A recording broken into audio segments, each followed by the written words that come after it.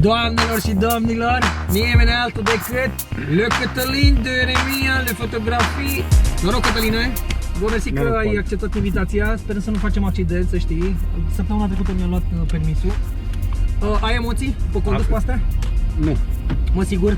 Nu știu, vedem.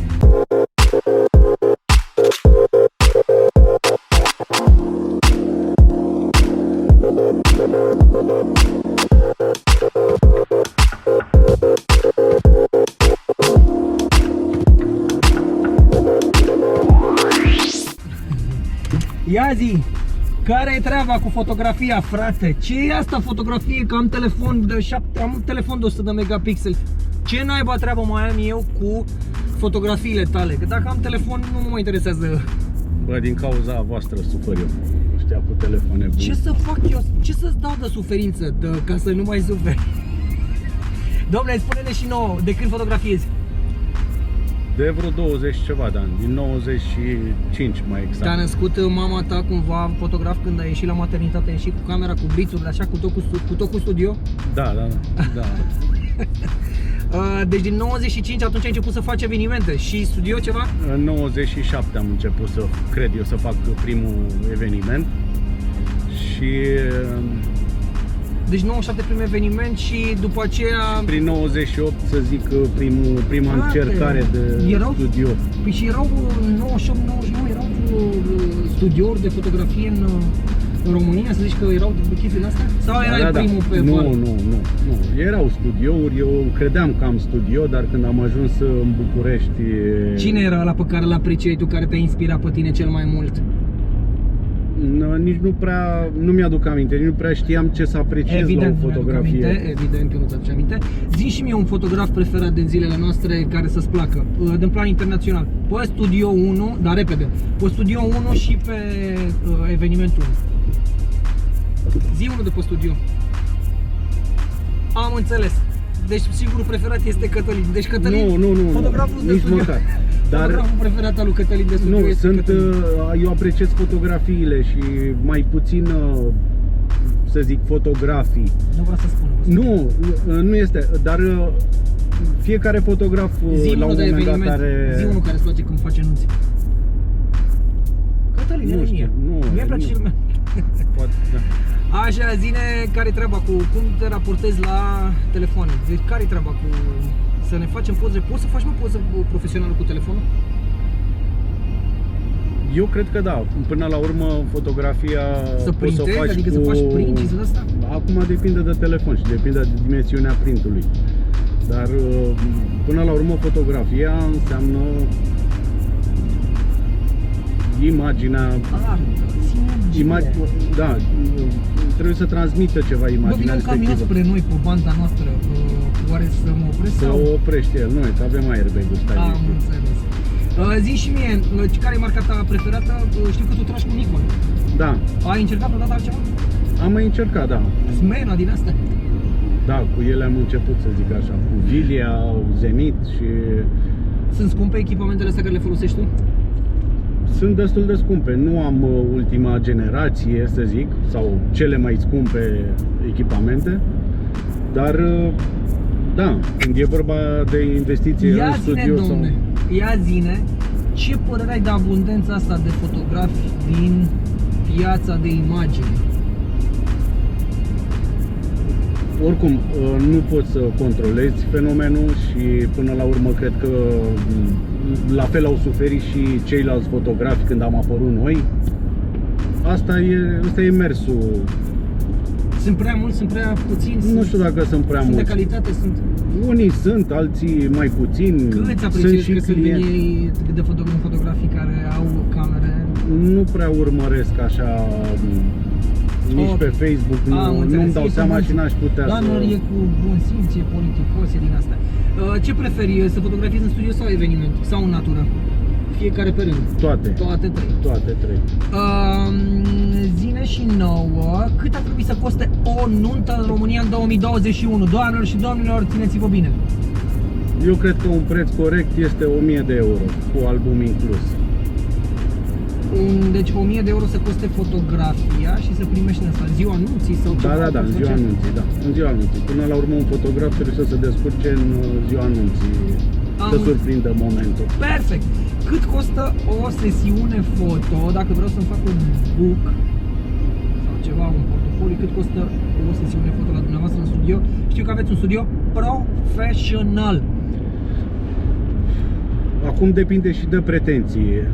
O sesiune de pretenții, de... Eu sunt pretențios. Foarte bine.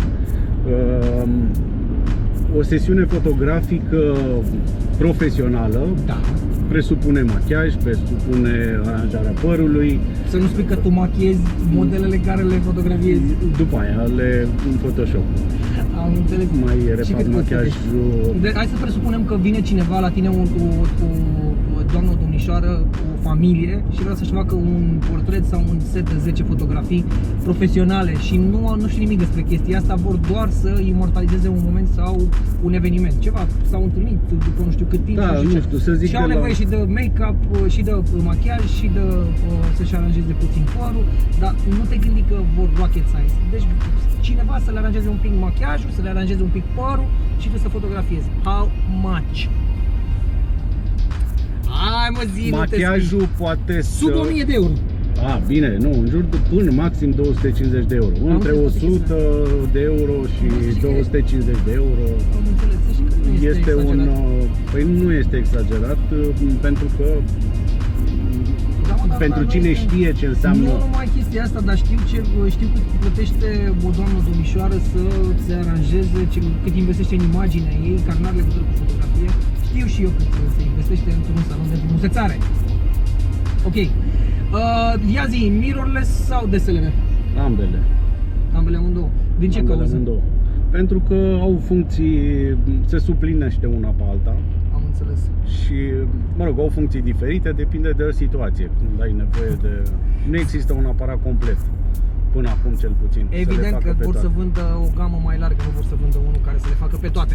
Evident. Spune-ne și nouă cum ți se par miresele în România. Bridezilla, știu ce fac, sunt modeste, se transformă în ziua anunții. Cum ți se par? Aici mă aștept la un răspuns foarte pozitiv, adică la modul numai de bine. Ținând cont cel mai că româncele sunt frumoase. Bineînțeles că și satisfacția, să zic, unor albume este pe măsură. Spune-ne și nouă, am înțeles, spune-ne și nouă, știu că tu ai participat și la câteva concursuri și ai fost premiat, nu numai că ai fost validat pe acolo. Care e treaba? Zine 1, 2. Ceva cu Playboy știam eu că ai fost premiat de revista Playboy. Da, în 2004 a fost un concurs. Ai fotografiat natură moartă atunci și de asta te-au premiat ea. Da, nu chiar moartă. Am înțeles, era mai vie un pic. Era, da. Am înțeles, deci alte premii? Am mai participat la concursuri internaționale și până acum am strâns vreo 6 sau 7 diplome de la... Felicitări. Se vede, se cunoaște, adică clienții apreciază că ești un tip validat în atâtea competiții? Unii apreciază, unii se sperie. De ce să mă sperie? Financiar, se gândesc că dacă... Da, cu cât îți crezi un nume... Ăsta e scump, că știe cu cât îți crezi un nume, cu atât fug de tine. Au impresia că nu-i bagi în seamă sau... ceea ce este foarte fals. Lăsați toate modelele să apeleze la Cătălin. Și nu numai modele, și miresele, și produselor. Apelați la Cătălin cu încredere, mireselor, toată lumea. Zi-mi și mie, te rog, o amintire plăcută din activitatea ta, dar să nu alea cum că i-a căzut peruca, că ea nu știu ce, o mireasă care să fi rămas fără rochie sau ceva. Ceva cu s-a furat mireasa, o chestie. A căzut cineva cu fața întort pe la vreo nuntă? Oricum am surprins toate de-a lungul... Eu intuiesc din reacția ta, intuiesc că ai foarte multe amintiri plăcute și amintiri și mie zi și mie clienți reputați care apelează la tine. Eu știu câteva vedete din București. Poți să le dai nume? VIP. Zile de Diana Novac. Așa. Frumos. Zine branduri, zine Vela, zine Da, am avut colaborări cu Vela România, cu...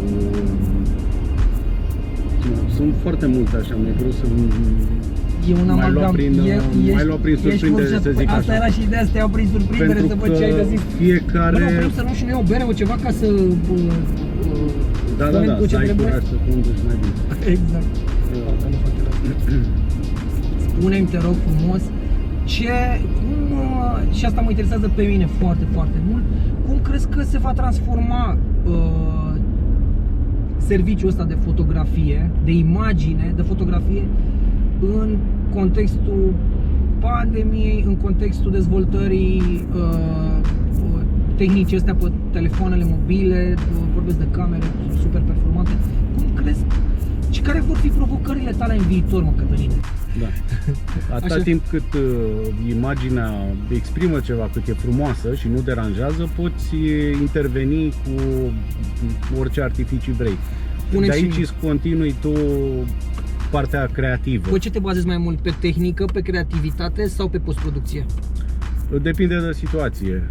Depinde de situație. Toate adaugă valoarea asta, Toate, zici? da, toate la un loc. Dar Este un lanț. pe ce te bazezi cel mai mult?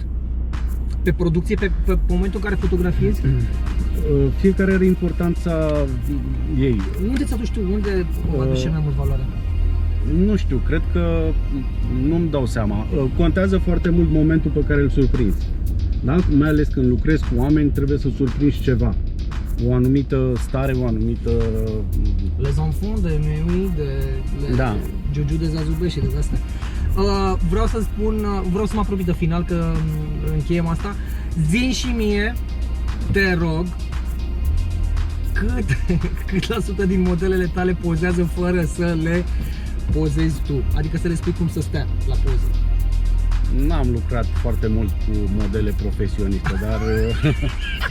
Serios, da. Adică e super greu ce faci.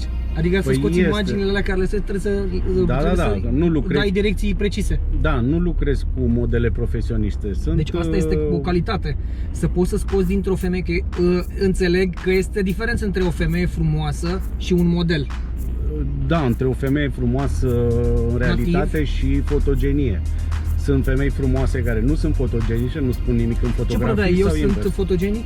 O să-ți fac o ședință foto și o să-ți dau verdictul. Trebuie să-mi iau gulerul de pene și cu Acum- ăsta să fac un... Acum ești la volan și nu mări să spun nimic. Doamnelor și domnilor, acesta a fost Cătălin Eremia, fotograf reputat de talie națională și internațională. Îi mulțumim că a fost alături de noi. În încheiere, dacă vrei să spui ceva membrilor, de celor care urmăresc canalul. Da, pentru orice informație privind Unde îți găsesc portofoliul oamenii? deocamdată pe Facebook. Este Site-ul e ok. în construcție. Am înțeles. Așa. Pentru orice informații și fără nicio obligație mă puteți contacta. Zine numărul de telefon. 0744 842022 sau pe Facebook Cătălin Eremia.